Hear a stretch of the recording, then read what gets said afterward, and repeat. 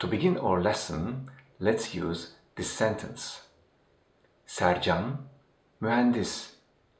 Sercan, mühendis. This means Sercan is an engineer. We have already learned this in one of our previous lessons. In this sentence, Sercan is the subject. I recommend you to make a little pause right after the subject at all times. For this specific sentence, it may not be a big deal, but for more complex sentences, there might be actually a confusion. So because of that, it's always better to give a little bit of pause right after the subject, like this. Sercan, mühendis. Sercan, mühendis. If you want to say, is Sercan an engineer? So you make a question, how do we say it? Well, in Turkish, it is very simple to make a question sentence. We use an interrogative particle. And this particle is mi.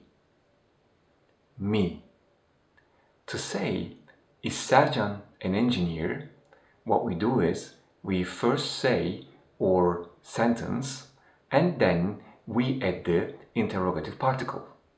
So, our sentence is, Sercan mühendis. Sercan mühendis. And then we add the interrogative particle, mi. So it becomes something like this. Sercan mühendis mi? Sercan mühendis mi? So be careful to the intonation. Sercan mühendis mi? Sercan mühendis mi? It is that simple. Interrogative particle is always preceded by a space. This means you always have to add a space before it. And like suffixes, the interrogative particle has to comply with the vowel harmony as well. That is why, depending on the vowel harmony, the interrogative particle appears as m, mi, mu, and mu. Well guys, if you have not checked my video about the vowel harmony yet, please go and check this because this is a very important concept. You can find the links in the description. Now, let's take a look once again. Sercan mühendis. Sercan mühendis. This means Sercan is an engineer. Sercan mühendis mi? Sercan mühendis mi? This means, is Sercan an engineer? We simply add mi to the end of the sentence to make it a question, and then we add the question mark. Now, let's make another example. Mehmet hasta. Mehmet hasta. This means Mehmet is sick. If you would like to ask, is Mehmet sick? How do we do it? First, we say the sentence. Mehmet hasta. Mehmet hasta. And then we add the interrogative particle, m. So in this case, because of the vowel harmony, we use the interrogative particle m. And then we need to be careful about the intonation as well. And our question becomes, Mehmet hasta mı? Mehmet hasta mı? Now let's say it at a normal speed. Mehmet hasta mı? Mehmet hasta mı? And the answer to this question could be evet, evet, which means yes. Or you can say hayır, hayır, which means no. Or evet, hasta, evet, hasta, which means yes, he is sick. Or hayır, hasta değil, hayır, hasta değil, which means no, he is not sick.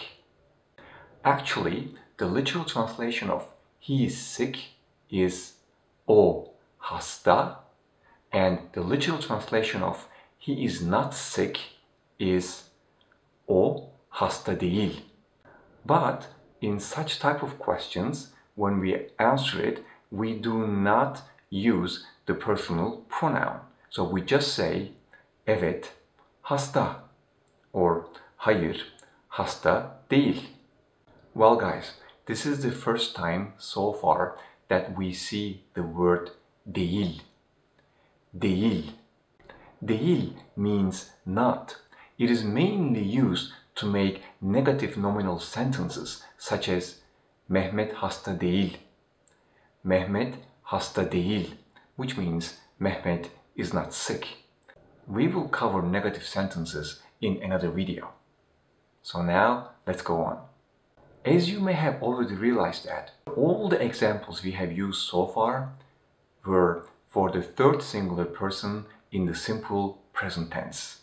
Now, let's take a look at some additional examples with copulative verb and person suffixes.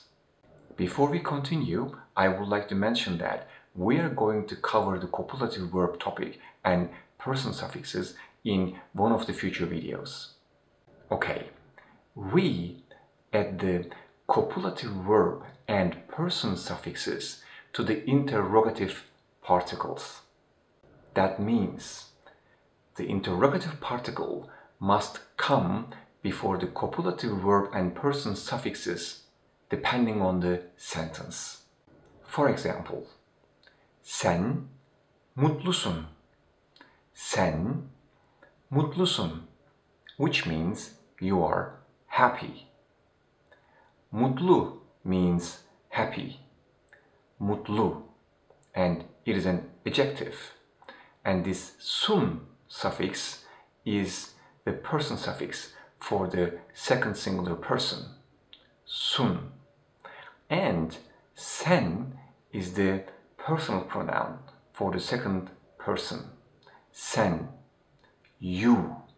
If you want to ask, are you happy? We say, sen mutlu musun?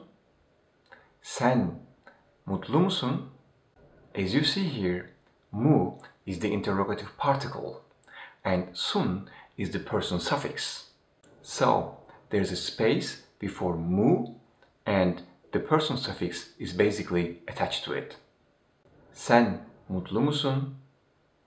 As you already know, we can easily omit the personal pronoun and we can ask the question like mutlu musun? Mutlu musun?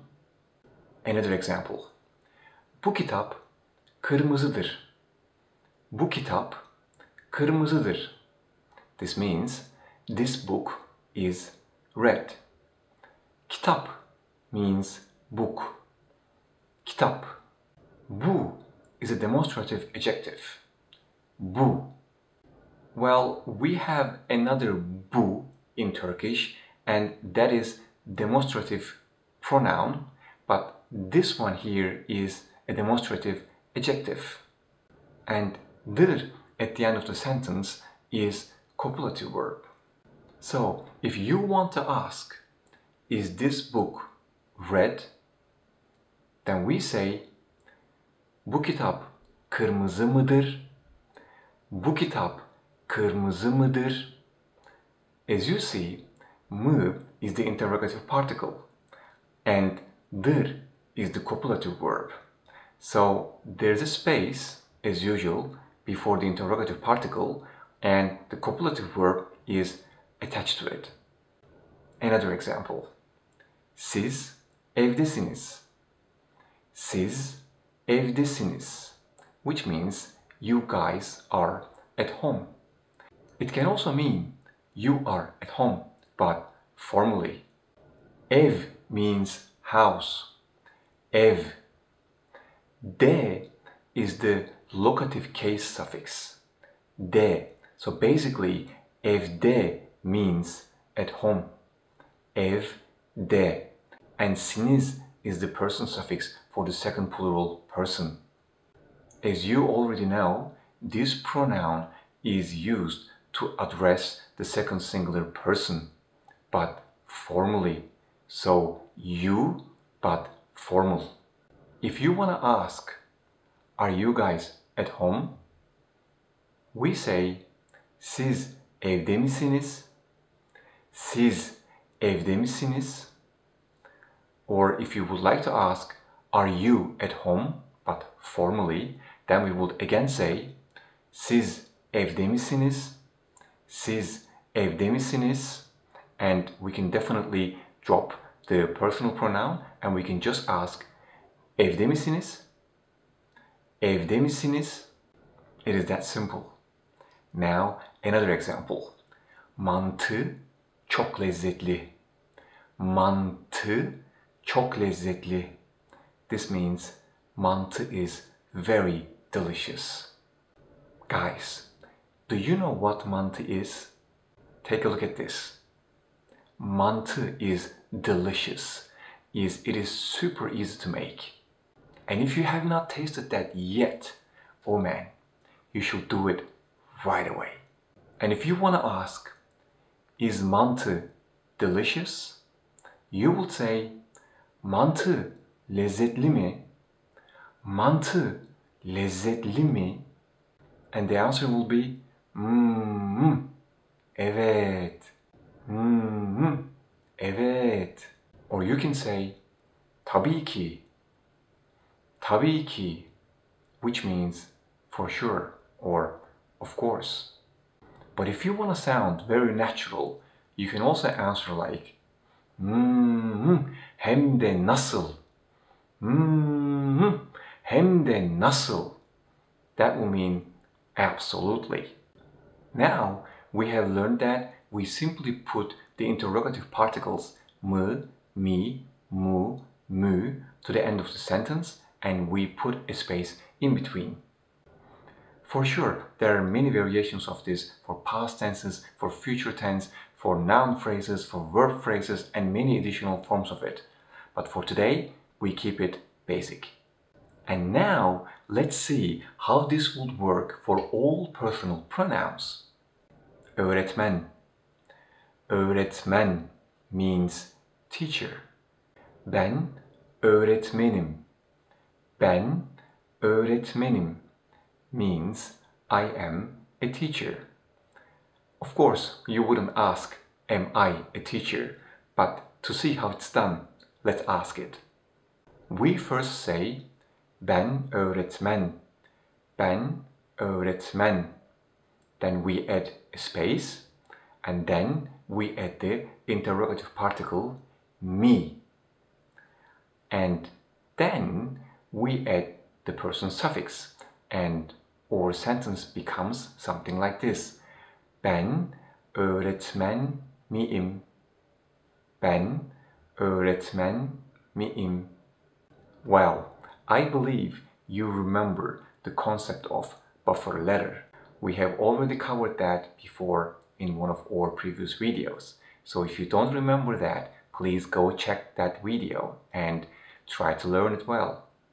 Anyways, briefly, when a suffix that begins in a vowel is attached to a word that ends in a vowel, we need a buffer letter in between. So this is one of those cases. We need to add the buffer letter ye in between me and im, basically in between the interrogative particle and the person suffix. And our question becomes, ben öğretmen miyim? Ben öğretmen miyim? Which means, am I a teacher? Sen öğretmensin. Sen öğretmensin. Which means, you are a teacher. If you want to ask, are you a teacher? We would say, sen öğretmen misin? Sen öğretmen misin? O öğretmendir. O öğretmendir. Which means he or she is a teacher. If you want to ask, is he or she a teacher? Then we say, o öğretmen midir? O öğretmen midir? So this is the third singular and it has the copulative verb at the end, we can basically omit the copulative verb and we can say o öğretmen, o öğretmen. And if you want to ask, is he or she a teacher? Then we will say o öğretmen mi? O öğretmen mi? Please know that this copulative verb dir adds different type of expressions to the sentence. We will cover those when we talk about the copulative verb topic in the future. Biz öğretmeniz. Biz öğretmeniz, which means we are teachers. If you want to ask, are we teachers? We would say biz öğretmen miyiz? Biz öğretmen miyiz? Siz öğretmensiniz. Siz öğretmensiniz, which means you are teachers. Or it could also mean you are a teacher, but formally. If you want to ask, are you teachers? We would say siz öğretmen misiniz? Siz öğretmen misiniz? Or if you want to ask, are you a teacher? In this case, formally, then again, siz öğretmen misiniz? Onlar öğretmen. Onlar öğretmen, which means they are teachers. If you want to ask, are they teachers? You will say, onlar öğretmen mi? Onlar öğretmen mi? Please also know that there are additional ways of forming the third plural one. For today, I keep it simple and I just say onlar öğretmen. And as a question, I just say onlar öğretmen mi? So we keep it like this today. And now let's take a look at some sentences with a verb. Sercan dinleniyor. Sercan dinleniyor. This means Sercan is resting. Well, just as an additional information, maybe you have realized that I haven't said Sercan dinleniyor. I said Sercan dinleniyor. Even though it is written as dinleniyor, this re sound at the end of the verb is silenced. So we don't really pronounce it. We just say dinleniyor when we speak. But of course, when you write it, you have to write it as dinleniyor. So this could be an additional information for you. So dinlenmek is to rest. Dinlenmek. To obtain the verb stem, we need to drop mek, and the verb stem is dinlen. Dinlen. And ior is the tense suffix, and there is no person suffix for the third singular person. So dinleniyor.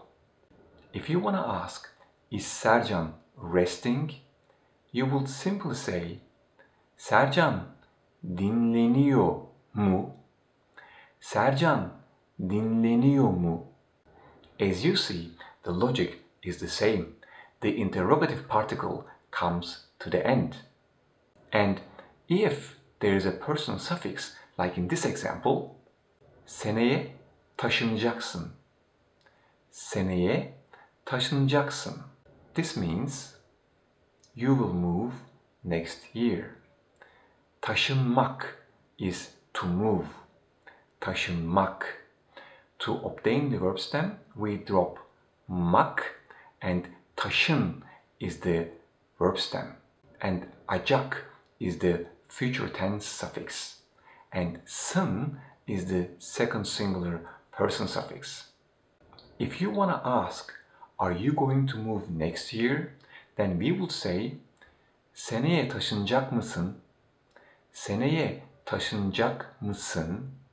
As you see, the interrogative particle comes after the tense suffix and is preceded by a space, then the person suffix is attached to it. And now, here comes the interesting part. In yes-no questions, sometimes we have to stress the certain parts of the sentence. Look at these questions. Are you moving to Japan? Is it Japan that you are moving to? Is it you who is moving to Japan? You hear the difference, right? But normally, in English, you will not hear such type of questions, except the first one, in daily conversations. In general, it goes this way. Are you moving to Japan? Are you moving to Japan? Are you moving to Japan? Well, in Turkish, when we ask a yes-no question, we can easily place the interrogative particle after any word or phrase. And the stress falls on the preceding word. For example, sen Japonya'ya taşınıyor musun? Sen Japonya'ya taşınıyor musun? Are you moving to Japan? Sen Japonya'ya mı taşınıyorsun? Sen Japonya'ya mı taşınıyorsun? Are you moving to Japan? Sen mi Japonya'ya taşınıyorsun? Sen mi Japonya'ya taşınıyorsun? Are you moving to Japan? As you see, depending on what you want to stress in your question, you can simply put the interrogative particle right after that in your question. Of course, it has to comply with the vowel harmony. So, hear the intonation once again. I'm going to repeat the questions in Turkish. Sen Japonya'ya taşınıyor musun? Sen Japonya'ya mı taşınıyorsun? Sen mi Japonya'ya taşınıyorsun? Okay, before the end of this video, let's make another example by placing the interrogative particle in different places in a sentence. Here it goes. Neslihan dün örümcek adamı izlemeye gitti. Neslihan dün örümcek adamı izlemeye gitti. Which means Neslihan went to watch Spider-Man yesterday. First question. Neslihan dün örümcek adamı izlemeye gitti mi? Neslihan dün örümcek adamı izlemeye gitti mi? This would mean, did Neslihan go to watch Spider-Man yesterday? The meaning of this is like this. Is it true that Neslihan went to watch Spider-Man yesterday? As you see, the interrogative particle is at the end. Now the next question. Neslihan dün örümcek adamı mı izlemeye gitti? So the meaning is that Neslihan is known to go and watch something. But was that Spider-Man? The next question. Neslihan dün mü örümcek adamı izlemeye gitti? Neslihan dün mü örümcek adamı izlemeye gitti? The meaning is Neslihan is known to go and watch Spider-Man. But was that yesterday? And the last question. Neslihan mı dün örümcek adamı izlemeye gitti? Neslihan mı dün örümcek adamı izlemeye gitti? So the meaning is someone went to watch Spider-Man. But was that Neslihan? So guys, as you see, you can easily stress what you would like to stress in a yes-no question in Turkish simply by placing the interrogative particle depending on what you would like to stress.